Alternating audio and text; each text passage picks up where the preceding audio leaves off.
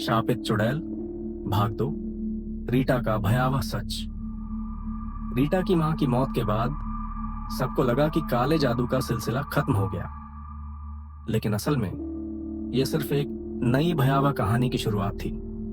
रीटा अब अपने पति के साथ एक नए शहर में खुशहाल जीवन बिता रही थी, लेकिन जब उसकी मां की मौत हुई तभी से अजीब घटनाएं शुरू हो गईं। रीटा को रात में अक्सर अजीब सपने आते।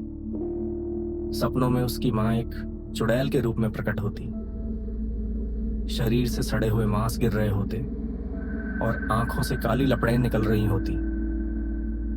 वो सपने में रीटा को बुलाती, तू मुझे छोड़कर जा सकती है, लेकिन मैं तुझे नहीं छोड़ूंगी। अब तू मेरी जगह लेगी। धीरे धीरे सपने हकीकत बनने लगे। घर के कोनों में अजीब परछाइयां दिखती। रात को किसी के चलने की आवाजें आती। कभी कभी रीटा को ऐसा महसूस होता कि कोई उसके बहुत पास खड़ा है, लेकिन जब वो मुड़कर देखती तो वहां कोई नहीं होता।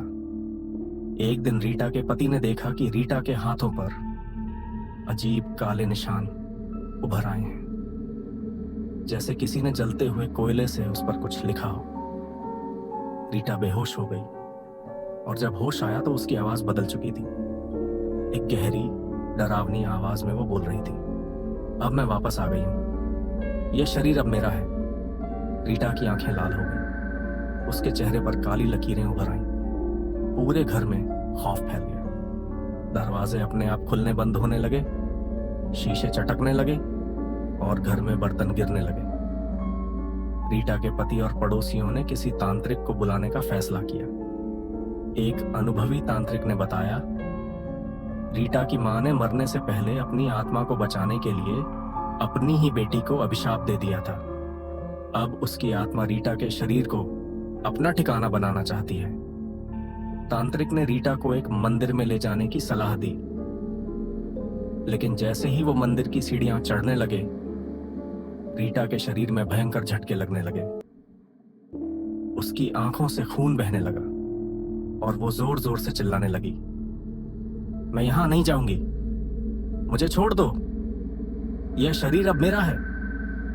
तांत्रिक ने मंत्रों का जाप शुरू किया और जैसे ही गंगाजल रीटा पर छिड़का, उसकी मां की आत्मा भयंकर चीखों के साथ बाहर निकली।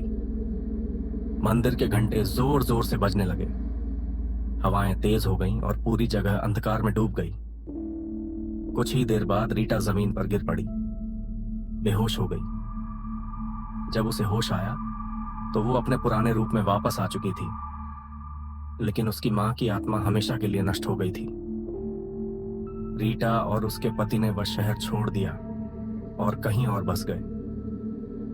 लेकिन कहते हैं, जब कोई चुड़ैल शापित होती है तो उसकी आत्मा पूरी तरह खत्म नहीं होती, वो किसी और को खोजती रहती है।